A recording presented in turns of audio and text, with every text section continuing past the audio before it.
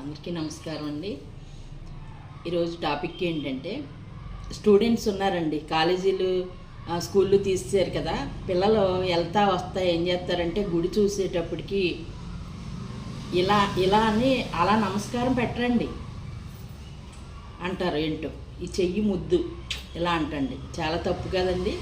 పిల్లలకి ఇప్పటి నుంచి అలాంటి అలవాటు ఉండకూడదండి. ఈ ముద్దు అనేది ఎంగిలి చేతితోటి భగవంతుడిని ముద్దు పెట్టుకుంటున్నాం కదా, అది పోనీ వాళ్ళకి పెట్టుకోవటానికి సిగ్గు అనుకుంటే అంతరాత్మలో కళ్ళు మూసుకున్న నమస్కారం అలా అనుకుంటే సరిపోద్ది.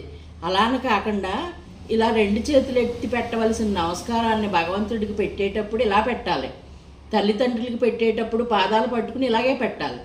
అలాగే భగవంతుడి దగ్గరికి వచ్చేటప్పటికి మనం ముట్టుకున్నా ముట్టుకోకపోయినా ఇలా నమస్కారం పెట్టాలి. ఈ సంస్కారం ఎప్పుడు తెలుసుకుంటారో పిల్లలు నాకైతే అర్థం కావట్లేదండి. చాలా బాధేస్తుంది నాకు. కాలేజీలో